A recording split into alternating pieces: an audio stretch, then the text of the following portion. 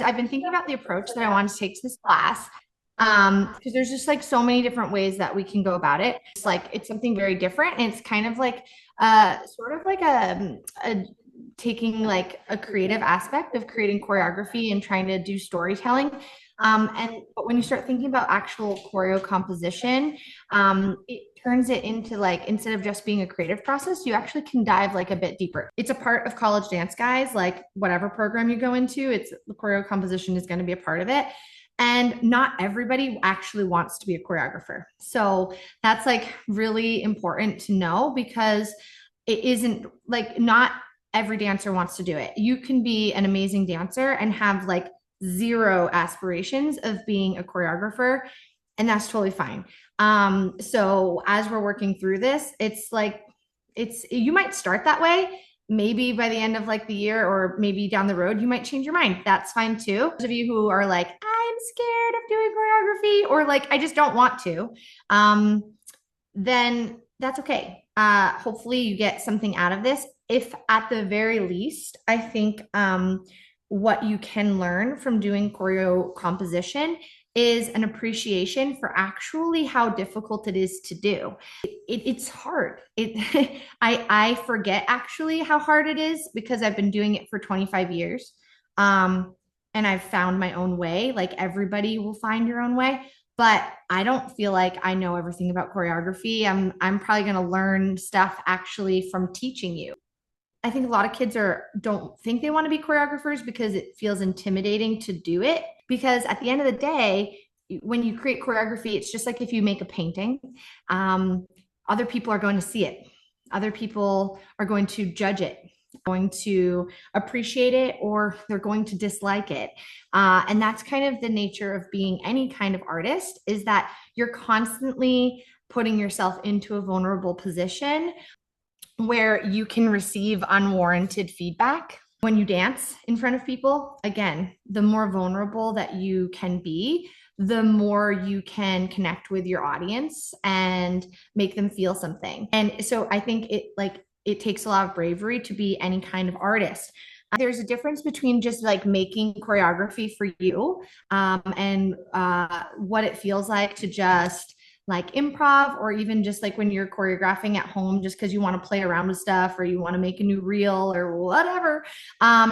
That is one kind of choreography. And it's a really important kind because it's where you get to explore and you have zero pressure. You don't have to create for this, like for any purpose.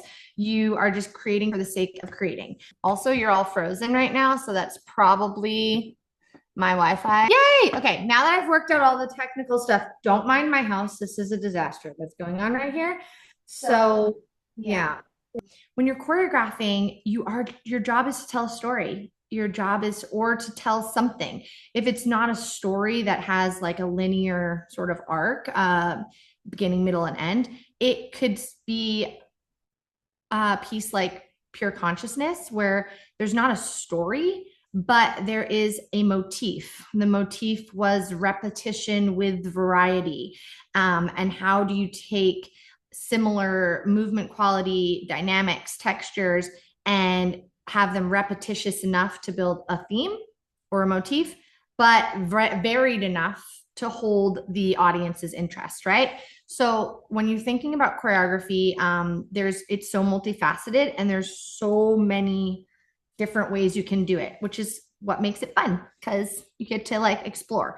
Like it's so easy to like get our feelings hurt as dancers. Like we want to get picked for stuff. We want to have this role. We want to get that role. And it's so easy to sort of like get discouraged or disappointed and and and get emotional about it. And I think what you might learn from this is that a lot of the choices, they're not even really an option. Like sometimes it's just really obvious which dancer in the room should play that lead role. So I think if you start understanding the choices that like I make a lot of times or just choreographers in general, it sort of helps to create like a little bit of like a buffer between like your emotions and the job that needs to get done. I feel like I can hear an echo and it's weird. I had this idea on Friday and I was listening to one of my writing coach's podcasts actually. So this is my writing coach. He is from Liverpool, England. He has the coolest Irish muddled accent you've ever heard. He did something really inventive with this book called Together We Rise. Ta-da, by Richie Billing. This book falls into a category, a very niche category of novels, genres, and it's called, this chair is actually so uncomfortable, I can't tell. It's actually like cutting off the circulation in the back of my legs. Okay, moving. Oh, now I'm Lord Farquaad. Oh my God, now I'm short. Whatever, here I go. At least my legs have feeling. So, it falls into a category called political fantasy, which I had never heard of. Has any of you ever heard of that genre before? Political fantasy? Anybody? I don't know. You have to make your head nods like more clear because I can't tell. Okay, good. Political fantasy, it is exactly what it implies. It's a political sort of, they're political themes or ideas, but they're written in like sort of a fantasy setting.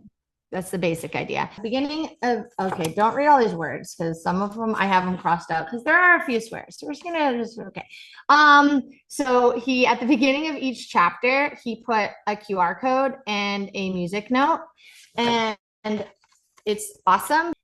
He used a program, and I forget what it's called, but he made his own music for each character, as well as like a few other extra songs that like go with the entire book. There are 8 characters that are all sort of getting together and working towards a revolution. 8 characters, 8 soundtracks. What's really cool about it is that he designed the soundtracks so that the music is composed to sort of imitate the arc of each character. So you're going to hear shifts in the music that mimic the emotional beats that the character is going through. And it's really cool, actually. And I thought, oh my gosh, what an incredible way to explore choreography composition in the realm of storytelling and character development than to actually use like these characters from this book that have their own soundtrack and all that stuff. So that's basically what we're going to start working on today. And I think you guys are going to really like it.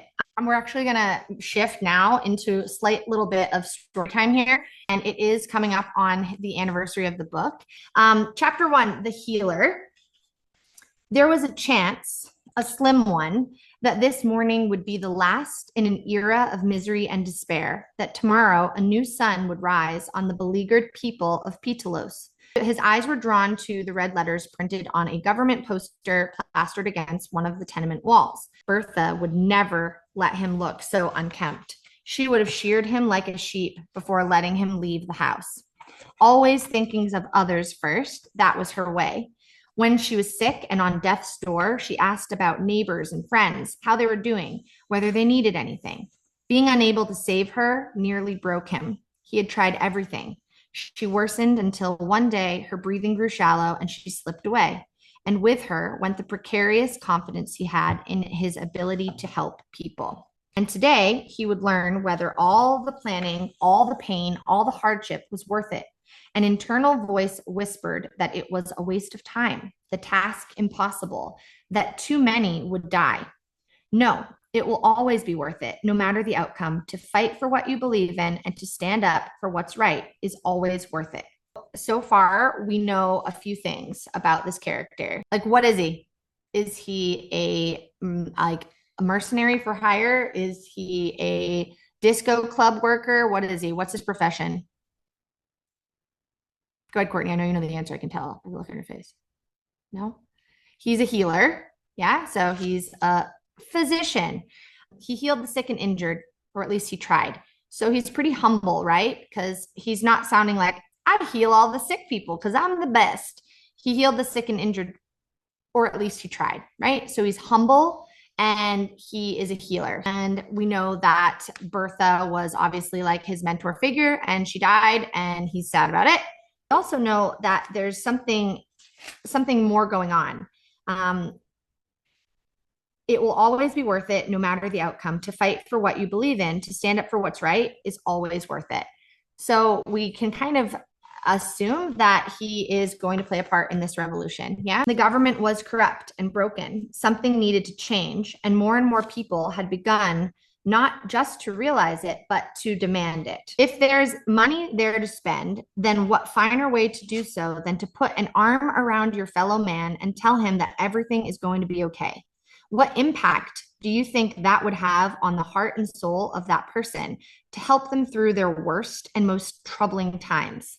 I'll tell you, they would feel something greater than a loyalty to city or country. They would feel part of a society that cared, and that can help shape who we are as people, what we stand for in life, what we want our world to be like. So he's like, now we're at the point, sort of the middle of the chapter, where you're starting to understand like what he believes in. He believes in taking care of other people, about regardless of how much money they have, he's going to treat them if they have money to spend or they don't. He believes in standing up for people that can't stand up for themselves, right? And doing what's right, even if it's hard. So he's getting more like upset at like how everybody's been treated and like what's going on, right? People are poor, they're hungry, they're starving, all these things. Everybody's just out for themselves. And this healer is getting more and more upset by it as the chapter goes on. I've had to make these hard choices over and over again to save people's lives. And like, I don't even know if I'm saving their life or if I'm prolonging their suffering, because now like he only has one hand, he might not be able to earn a living anyways and just might die slow, right? So he's like really struggling with a little bit of like conscience going on here. Eventually, he is met by another woman. "You're nervous," he said.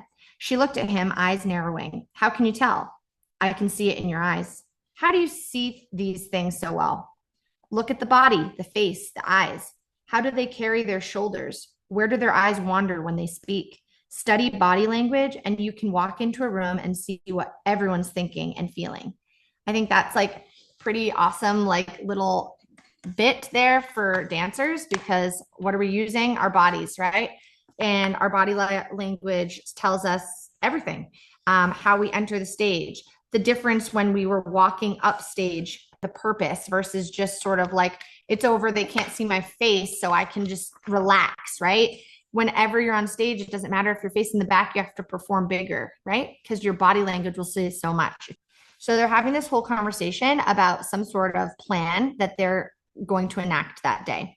She stood up, reached into her cloak, and pushed something into his grasp, a dagger. "The day has come at last, my friend. Liberation." She kissed him on the forehead and then was off into the mist, perhaps the most unassuming revolutionary he'd ever seen. But she was the one they all needed. What do we know about him? The healer. We know that what type of person would you say he is? Very selfless. Yeah, really good. Yeah, really, really good. He feels things very deeply, like he feels things deeply and he wants to help others. Yeah, totally. So the word for that is just empathy. He's determined to do the right thing. He is willing to stand up and fight for people that don't have the means to do so. So those are like the overriding sort of themes of this guy, right? Type in "Together We Rise" and then look for it's called "The Healer's Wish." Take 3 minutes right now. And I just want you to listen to it through. But what I want you to do is, when you are listening to it, I want you to just mark when you find a shift or a different emotional beat in the music. So you'll be able to use the timestamps on the YouTube video. So you don't have to write like the whole timestamps. Just if it's like at 53 seconds, just write 0.53, and then you don't have to even write like anything a lot about it. You could just say like sounds sad or sounds big or whatever it is. Okay. So take 3.5 minutes to just quickly, like, just try to break it up.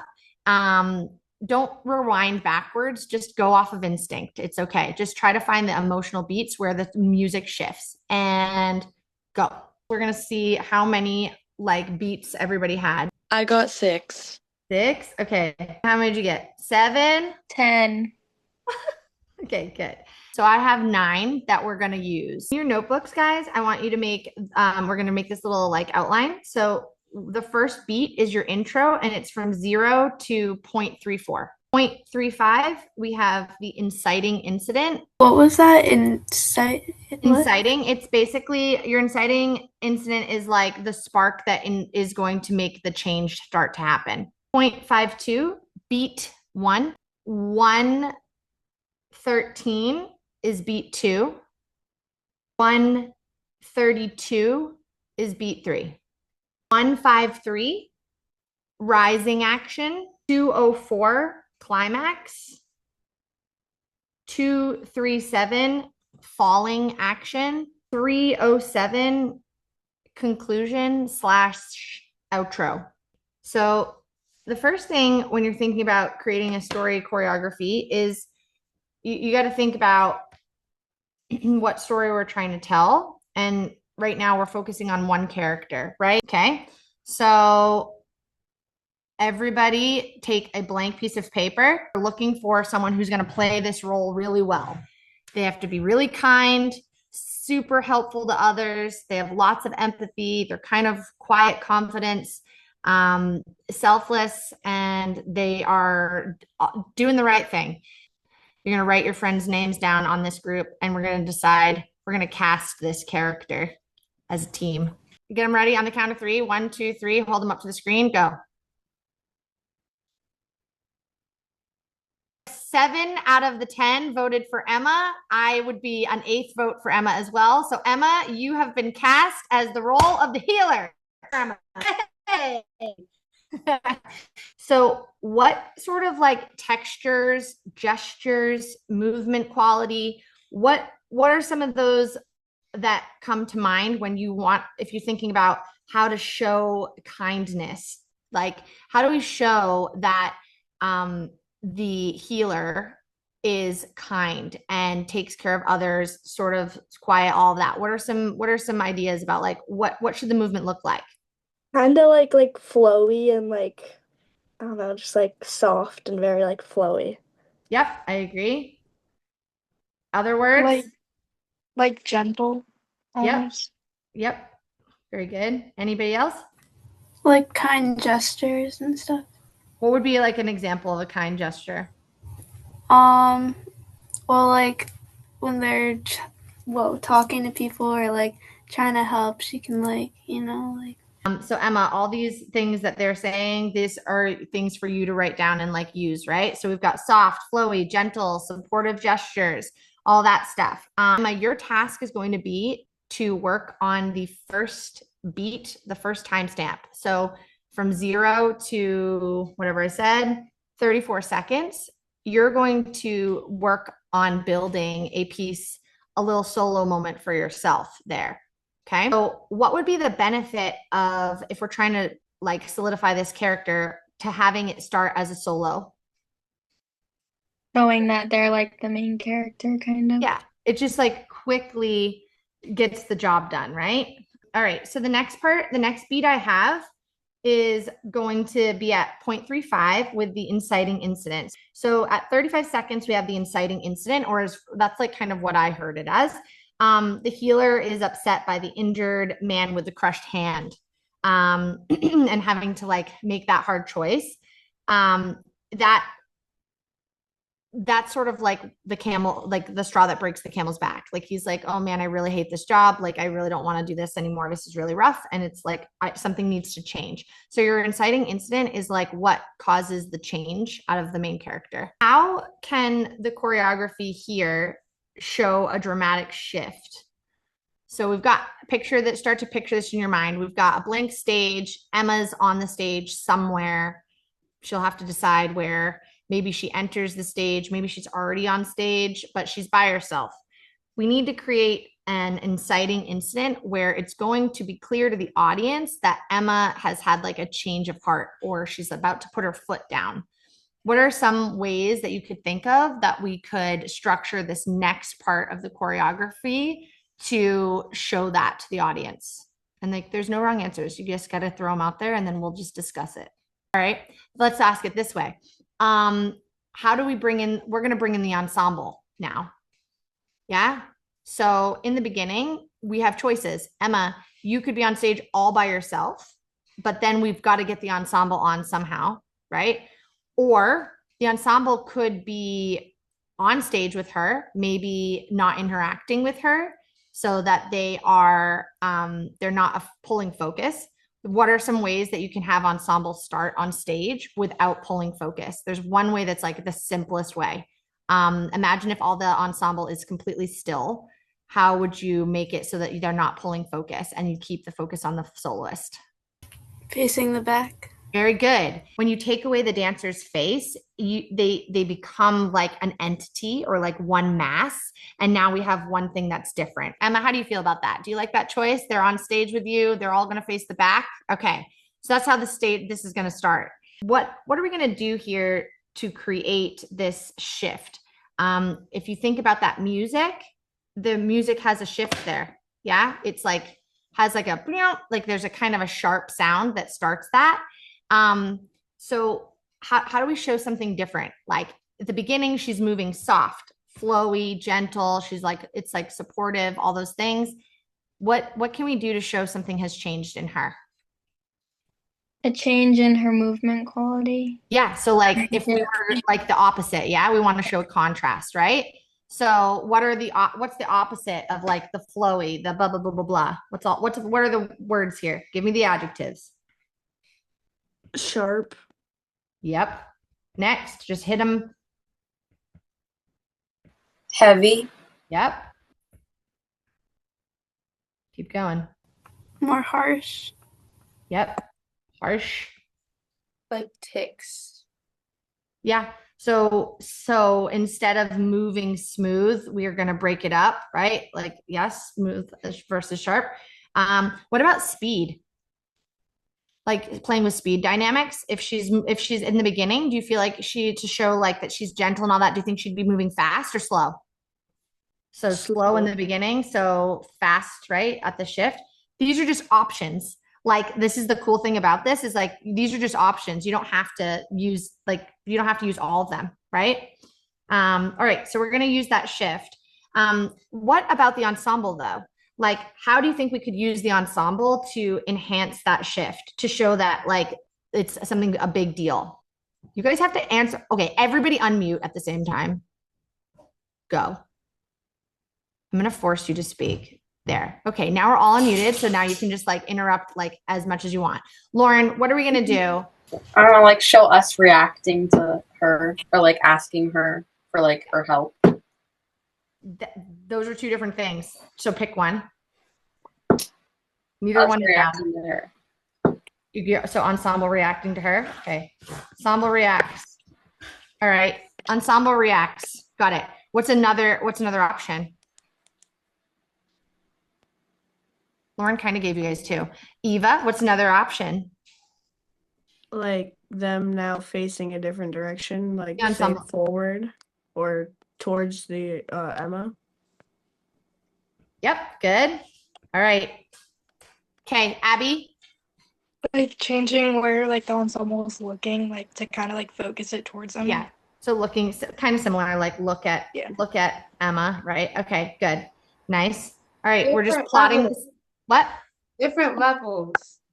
Oh yeah. So describe how we're going to use the levels. Oh. Who would be higher, like Emma or the ensemble and Emma? What's like, how's it gonna, what way? Like Emma higher. Okay, my question. If Emma is higher, do you think that will show that she's like being affected by something, or do you think it would be better to go the other way? The other way. I think so. Do you see it though? Like, do you see that one choice? If we make Emma look tall and proud right there, it's kind of like she's already overcome it. But if she sort of is being, don't mind my dog just doing this. If she's sort of being like dominated by the ensemble, then like that would be different, right? We could also like condense the formation towards her. Yeah. So by contracting, like constricting the shape. That's good. Nice. I'm writing this down. You guys should write these notes too, because you're gonna have to build this sucker. Okay, good. We're moving on. Here's the deal. My ensemble, we're gonna kind of build that, like we're gonna build that section together, like in class. we're moving on to number 52 seconds here. Okay. All the way through the beats. So beats 1, 2, and 3. These moments in the music, to me, they sort of show the healer's daily actions, which create a deeper understanding of who he is within the community as like an empathetic healer. How can we create choreography that shows that the healer takes care of people, or how can we show movement that demonstrates empathy? Through like some like partnering. Hey, exactly the right answer. Good job. What specifics about partnering? Not like more so kind of like feeling like each other, like Contact. yeah, like Yeah. less like trick kind of partnering. Yeah, so like a more of like a pedestrian, like human sort of Yeah. just like contact improv vibe. Very good. All right, here's my next question. How would the message be different or the same, better or worse or whatever, if the healer, it could go two ways. You have to make a choice as a team. Option 1, the healer is moving throughout the ensemble, taking turns with each ensemble dancer. That's option 1. Option 2 is everybody is partnering with each other. Everybody is offering each other support, giving each other their hand, picking them up, like being there for each other. Which of those two options do we think is the stronger option for this exact character and their art? Option 1, why? Because she's the healer. Why doesn't option 2 work as well, I guess, is my question. Because, like, it's not necessarily other people's impact on her, it's her impact on others. Very good. Yeah. Because don't you think that, like, if you were all partnering each other, it would kind of be like everybody in this place, this Pitalos, everybody's helping everybody and it's great. But that's not really the vibe, right? Mm-hmm. Okay, good. So we have our for 1, 2, and 3, all those sections, we're going to be creating basically you're going to be creating little like miniature duets with Emma as she tracks through to experience like having her like support you, pick you up, take care of you, be kind, be gentle, all those things. But let's think about the atmosphere now, because atmosphere is like, I think one of my favorite things to try to create. And it's weird to think about creating an atmosphere with your movement. We want this, where is this character living? In like a really busy, like little, like kind of fisherman town, lots of ships, lots going on, hustle and bustle type of vibe. So while Emma is on tour with showing this sort of empathy, what do you think would be a good way of creating the rest of the environment or the atmosphere for the ensemble? That's like, do you think you should always be standing around or what? I think we should be like moving around. Yep.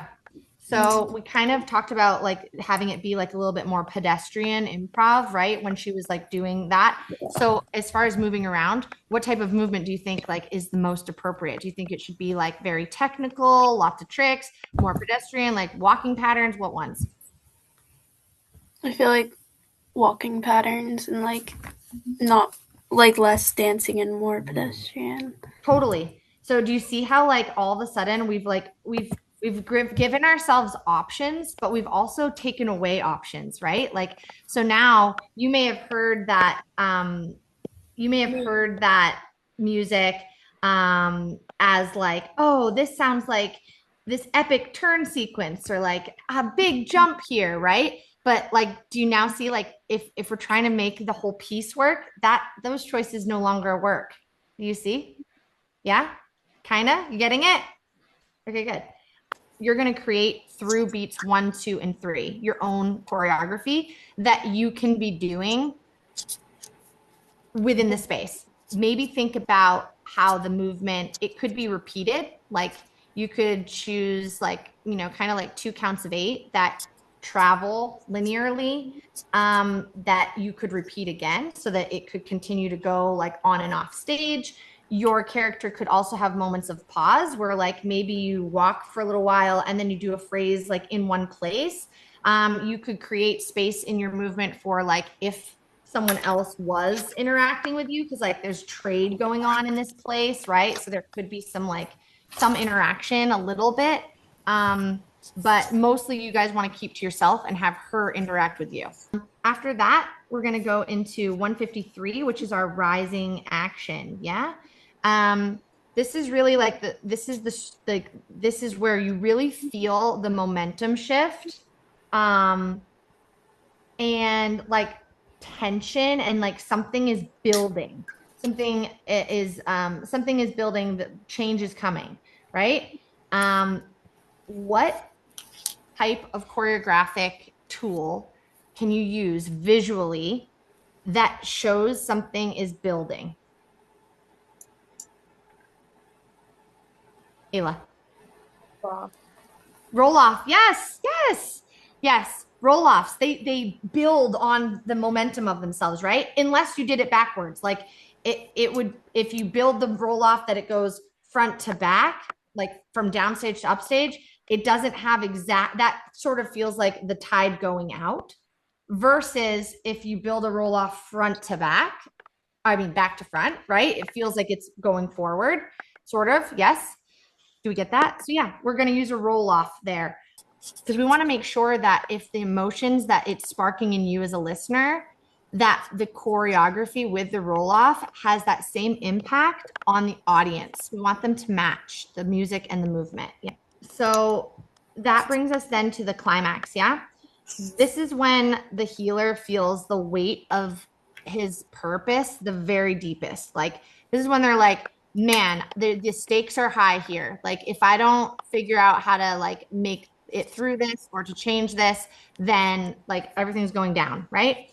How, when you were listening to the music, was it easy for you? Do you see why 203 feels like the climax? Like it sounds bigger, right? It's bolder. It's like the biggest part of the music. So as far as choreography goes, what do you feel like we should be using for a choreographic tool here? Like we've got, so far we've had a soloist moment. We've had like some individual partnering moments and like contact improv to show community. And we've created walking patterns and all of that to show that there's like a bigger space that has an atmosphere. We've now used a roll off to build to this moment.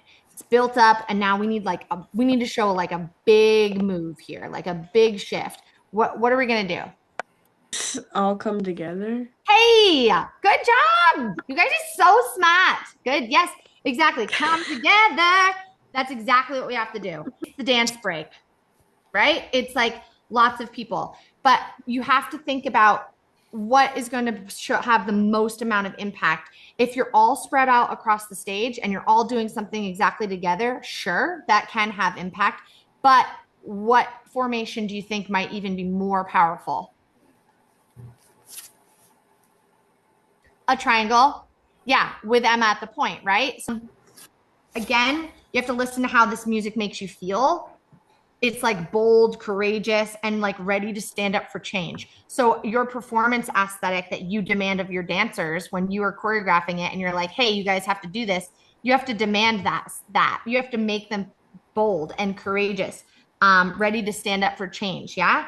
You also have to consider, though, the rest of the look of the piece. We've stayed now in like a pedestrian sort of human realm. So you can't like completely depart from that and have it work. Does that make sense? All right, we're almost to the end here. The falling action. So how does this section of the music show the healer's resolve? That's your question. The tone shifts. Think about how it sounds and what it feels like. What choreographic tool could be used here to demonstrate that the healer goes on and about his day, but with a sense of purpose and resolution? We want to leave the audience feeling like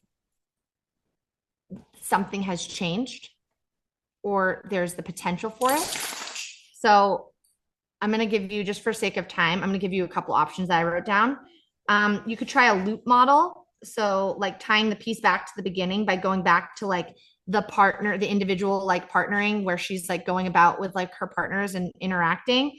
But what if it is a slightly different? I'm sorry, he's hungry. What if you use repetition with variety? Like, so you could create, that's Boots. Hi, Booty. Yes, you're on camera. But he can't move his legs. Okay, anyways. So I think like what I would suggest is like we take repetition and use variety. So like Emma could be like maybe she goes to Raina first and she's like partnering her. Let's just use a simple one. What if she goes to Raina and she gives her a hug, and then Raina walks away and she gives the next dancer a hug, and like we pass a hug along, right? As just a quick example, something changed. That like she's had an effect on other people. Yeah, she's like has positively impacted her community, and like you see that. Oh my God, this dog. This you see this like this positive change happening within the community, right? It like gives you hope. Okay.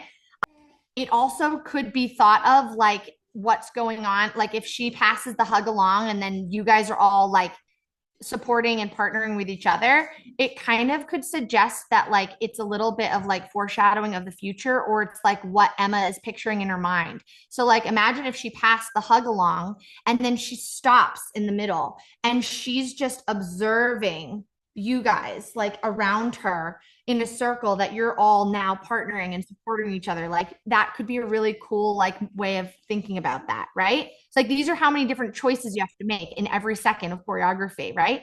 And then the last part is the conclusion. It's just like, Emma, how do you feel at the end of this chapter? So this is like where you have to do the last little bit for yourself. And it could be that the stage clears again. So it's made a complete loop. So you're again, like you start, end how you began. But since we're trying to create change, it could be that like if that circle is happening or whatever, where everybody's hugging and whatever, supporting, maybe you guys end up freezing, like in poses, sort of holding on to each other. And Emma is going back to the beginning with her movement quality, but she has created change. Maybe not. Emma, it's going to be your choice how the piece ends. So you just need to think about that and think about like the whole story arc and what's going to fit the premise best. Yeah.